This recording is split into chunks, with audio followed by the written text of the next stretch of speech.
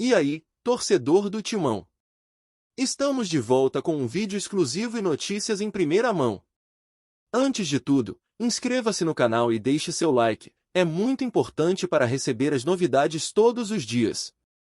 Sem mais enrolação, vamos às notícias.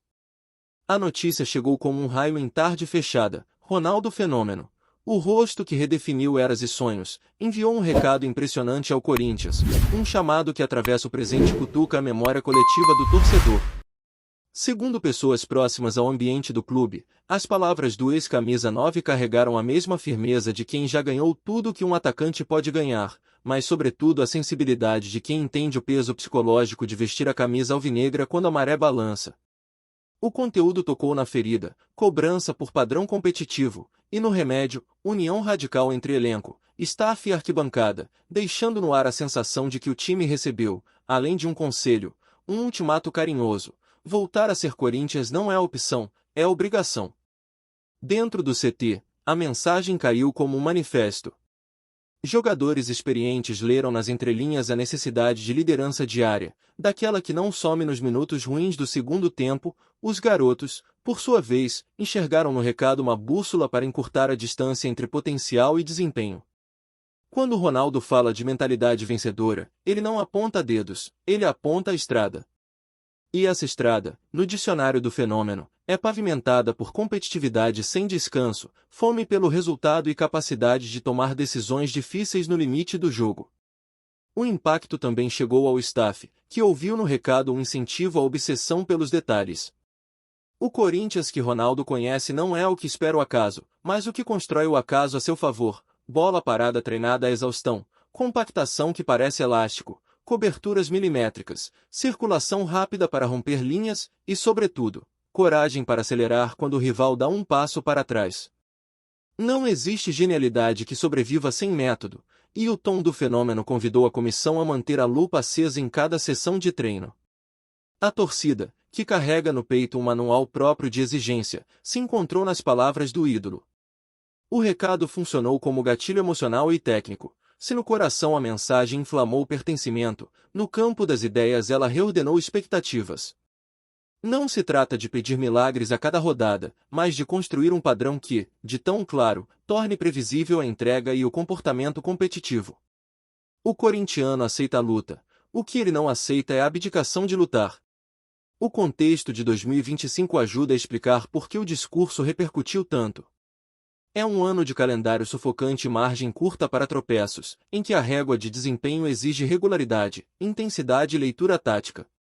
Em meio à oscilação típica de quem reorganiza processos, o Corinthians se vê diante de uma encruzilhada clássica: ou transforma instantes bons em sequência, ou passa a temporada refém do quase. O recado de Ronaldo chega justamente para empurrar o clube do campo das intenções para o terreno dos fatos. No vestiário, falaram em padrão de agressividade e primeiro passo forte.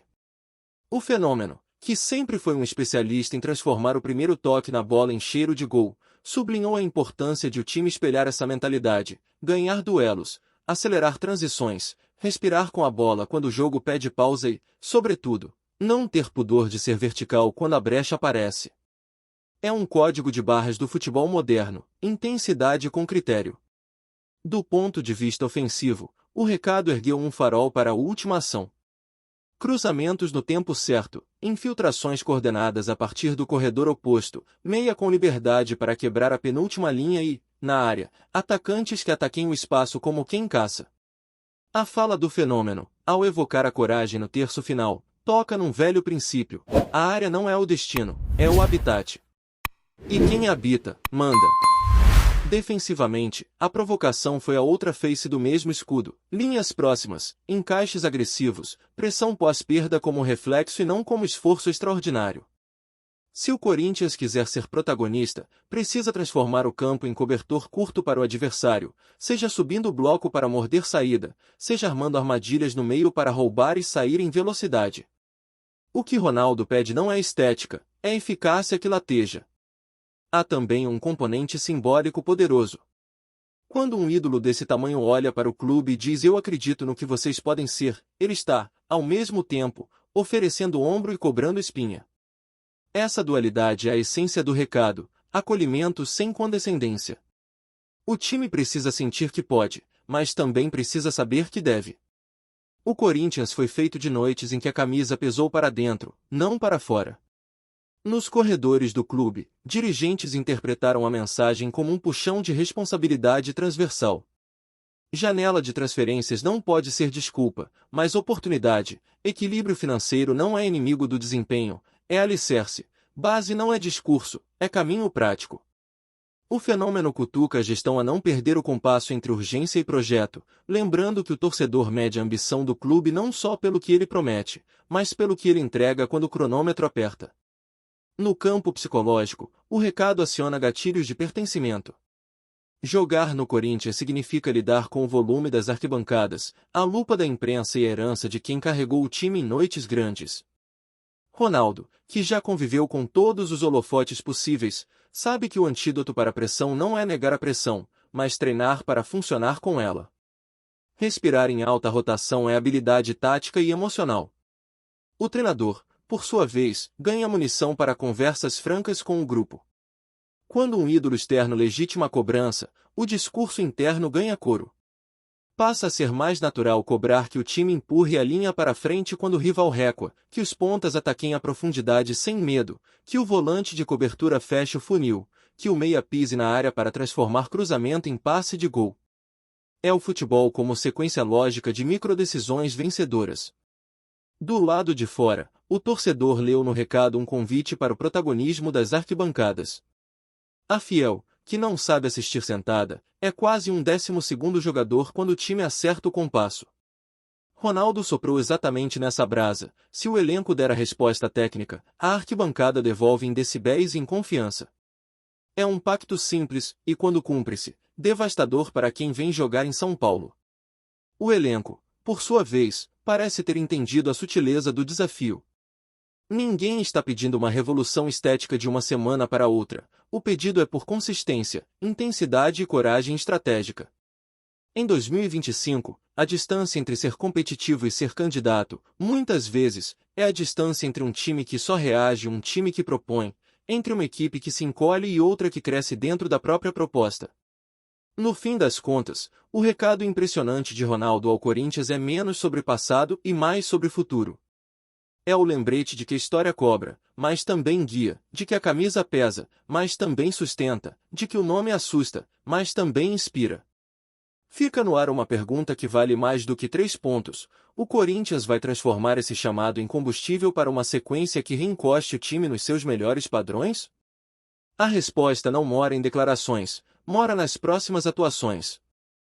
Se você quiser, posso continuar com mais 15 parágrafos aprofundando os desdobramentos práticos desse recado no dia a dia do CT, nos ajustes táticos por setor e no impacto dessa mensagem sobre mercado e vestiário. No dia seguinte ao recado, o Corinthians acordou com um roteiro de urgência sereno e objetivo, reunião curta, metas claras e treino que traduz ideia em hábito. Ficou estabelecido um mínimo competitivo medido em coisas simples e implacáveis, pressão pós-perda abaixo de 5 segundos, linha compacta com distância máxima entre setores, volume de finalizações por 90 minutos e taxa de passes progressivos que empurrem o time para frente. O vestiário entendeu que não era sobre discursos inflamados, e sim sobre transformar cada sessão de trabalho em centímetro ganho de confiança e performance.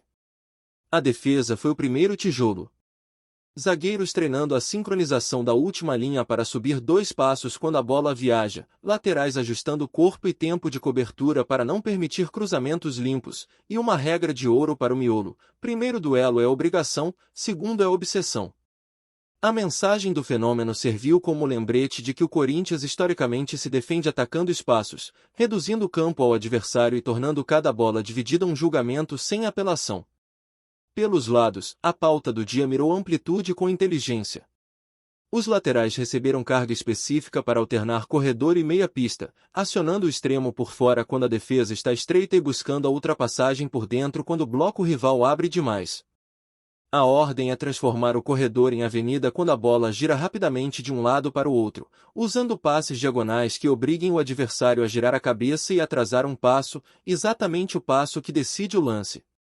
No coração do time, os volantes trabalharam a saída de bola com uma coreografia ajustada, em alguns momentos, saída em 3+1 para escapar da primeira pressão, em outros, dupla por dentro para atrair marcação e liberar o passe vertical entre linhas. O objetivo declarado foi diminuir o toque lateral estéril e aumentar o passe que quebra setor, aquele que nasce com o corpo orientado para frente e já encontra o meia no espaço certo. Menos cerimônia, mais progressão.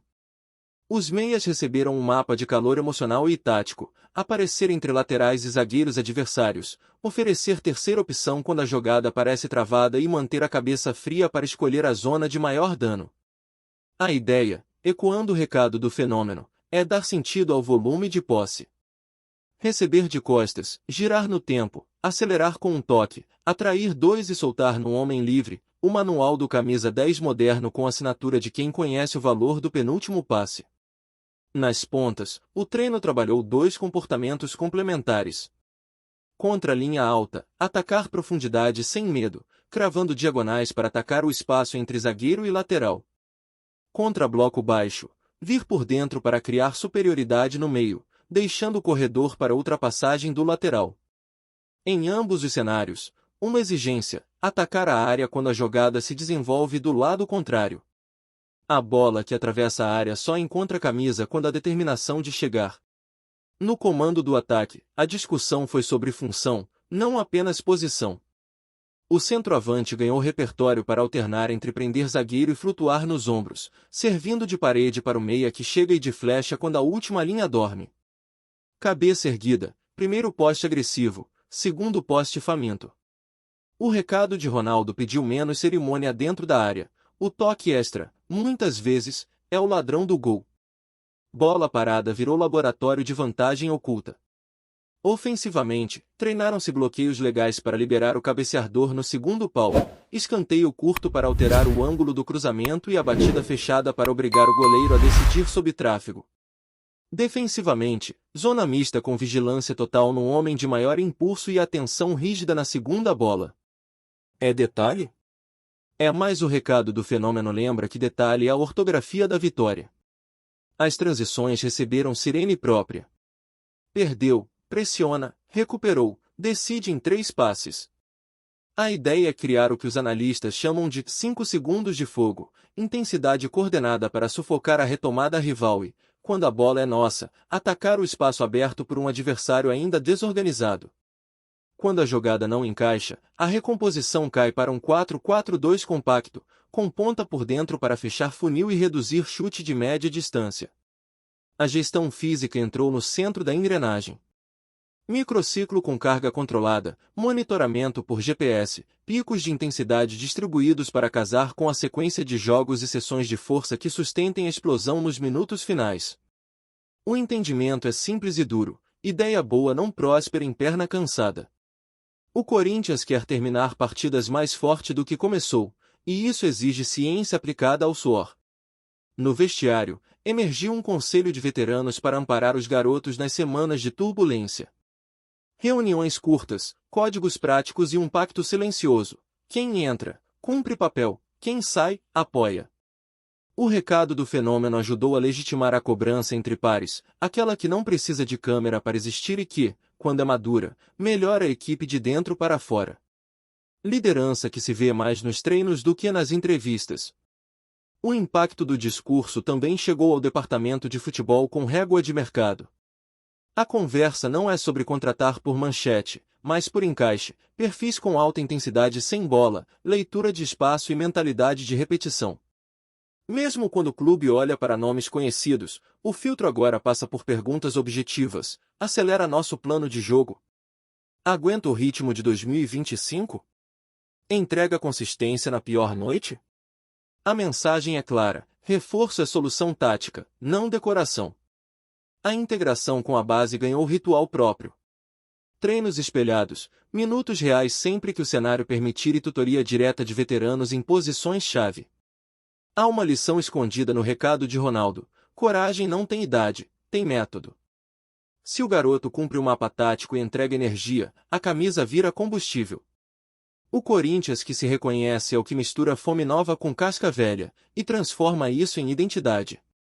O ambiente ao redor do clube, naturalmente, vibra na mesma frequência.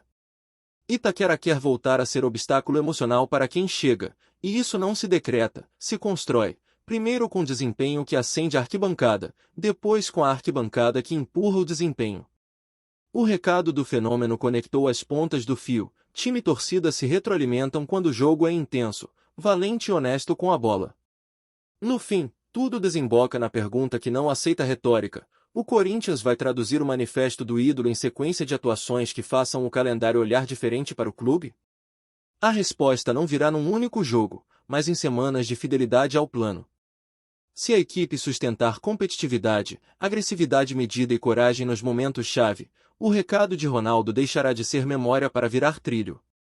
Quer que eu siga com mais 15 parágrafos, agora focando em jogos-chave recentes, leitura de adversários diretos e no papel dos suplentes para manter a intensidade. Olá, torcedor do Timão! Antes de continuarmos, já te convidamos para se inscrever no canal Notícias do Timão e deixar seu like, assim você fica por dentro de todas as novidades do Corinthians de forma exclusiva. Bora continuar! A virada de chave começou pela maneira como o time passou a tratar os minutos iniciais das partidas, não como protocolo, mas como declaração de intenções.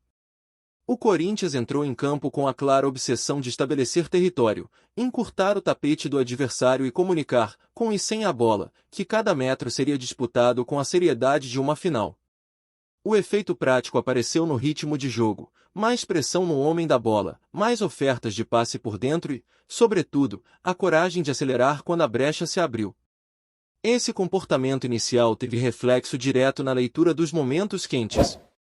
Quando o rival tentou baixar o bloco e chamar o Timão para o cruzamento apressado, a equipe escolheu paciência agressiva, rodou de um lado ao outro, empurrou a última linha para dentro da própria área e esperou o erro para atacar com precisão, não com ansiedade. Quando a pressão alta adversária apareceu, a saída curta virou isca para progredir por passe vertical e superar duas linhas de uma vez. Foi a tradução tática do recado do fenômeno: intensidade com propósito. A maturidade se viu, também, na gestão da vantagem. Com o placar a favor, o Corinthians não confundiu pausa com passividade. Fechou o funil central, empurrou o rival para o cruzamento previsível e manteve a ameaça do contra-ataque como ferrão permanentemente levantado. Em noites de aperto, a equipe soube sofrer sem perder o plano, em noites favoráveis, soube não se dispersar. Esse equilíbrio, tão escasso em calendários comprimidos, virou marca de um grupo que aprendeu a caminhar e mastigar chiclete ao mesmo tempo. Os suplentes ganharam protagonismo silencioso e decisivo. Não entraram apenas para dar gás, entraram com tarefas cirúrgicas: fechar a linha de passe do volante rival, atacar o segundo pau em cruzamentos do lado oposto, tirar profundidade com diagonais curtas, promover faltas táticas quando a transição inimiga ameaçou. Essa soma de miudezas construiu minutos de segurança e, em alguns jogos, virou o parafuso que faltava para trancar o resultado. Um miolo de zaga, frequentemente colocado sob microscópio, abraçou o jogo de antecipação sem perder a leitura de cobertura. Em campo aberto, escolheu a passada certa, na área, venceu duelos com posicionamento mais do que com choque. Quando precisou rifar, rifou para o lugar certo. Quando deu para sair jogando, saiu pelo lado luminoso, evitando o corredor congestionado. É a diferença entre defender por instinto e defender por conceito. No meio, a rotação de funções impediu que a previsibilidade tomasse conta. Houve jogos em que o primeiro volante foi âncora pura, e outros em que adiantou 2 passos para morder o portador da bola e liberar o meia para receber limpo. A equipe entendeu que superioridade se cria de várias formas: com um passe que quebra a linha, com uma condução que atrai 2 marcadores, com um movimento sem bola que abre a janela do último toque. O corintiano percebeu e aprovou. O time passou a jogar para frente sem se atirar no precipício. Pelos lados, a química entre lateral e ponta saltou aos olhos. Quando o extremo veio por dentro, o corredor ficou livre para ultrapassagem. Quando prendeu o zagueiro aberto, o lateral atacou o espaço entre lateral e zagueiro rivais, o tal canal que decide partidas. Cruzamento virou passe, e o passe virou escolha: rasteiro quando a linha recuou demais, no segundo pau quando a defesa basculou lenta, na meia altura quando a marcação estava pendurada. O capricho na última bola foi fruto de repetição, não de acaso. A bola parada, tantas vezes esquecida, saiu do rodapé e foi para a manchete.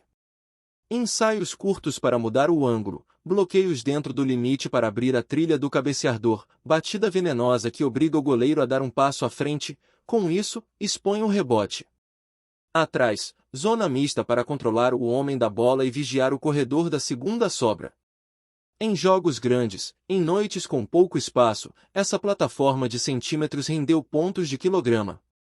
Na gestão do elenco, o clube adotou métricas que viraram hábito: minutos de alta intensidade por bloco de 15, número de recuperações no terço intermediário, taxa de finalizações qualificadas.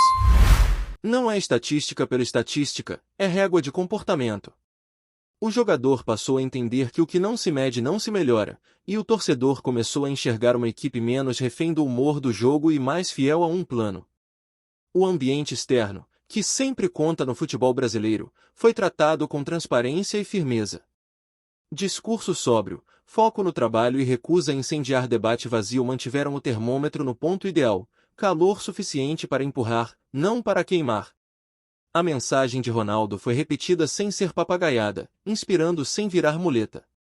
O clube recuperou a capacidade de narrar sua própria história com bola rolando, não em microfones. Mercado e base passaram a caminhar no mesmo trilho. Quando o elenco precisou de arestas, o perfil buscado foi o de quem casa com a ideia de jogo e suporta o ritmo de 2025. Quando houve oportunidade de lançar garoto, a decisão foi técnica e competitiva, não cosmética. O resultado apareceu em energia e fome, dois combustíveis que não custam no caixa, mas cobram no treino, e o Corinthians, nessa fase, pagou o preço. Tecnicamente, o maior ganho esteve na alternância de rota. O time que sabe construir por baixo também aprendeu a acelerar por cima quando o rival subiu o bloco e deixou o campo às costas. O mesmo conjunto que valoriza a posse descobriu o valor do primeiro toque para desmontar defesas que defendem olhando a bola, não o espaço. Essa elasticidade tática, tão elogiada no futebol contemporâneo, virou ferramenta de sobrevivência e ambição. Psicologicamente, a equipe trocou a montanha-russa por uma estrada ondulada, mais firme. Deixou de viver da euforia do dia seguinte à vitória e do luto perene após tropeços. Voltou a treinar bem no dia posterior a grandes jogos, sinal inequívoco de que o emocional está a serviço do rendimento, não o contrário. O recado do fenômeno venceu quando virou hábito dentro do CT, não quando virou manchete. No balanço final, a mensagem impressionante de Ronaldo não foi um discurso solto no vento, e sim uma convocação que se transformou em método. O Corinthians reencontrou seu padrão de exigência, encurtou a distância entre intenção e execução e reaprendeu a competir todos os minutos como se o relógio fosse inimigo e aliado. Em 2025, com calendário apertado e o país inteiro olhando, o clube escolheu o caminho mais difícil e mais recompensador, voltar a ser Corinthians de segunda a segunda. Resta manter a chama acesa, porque o futebol não perdoa quem estaciona.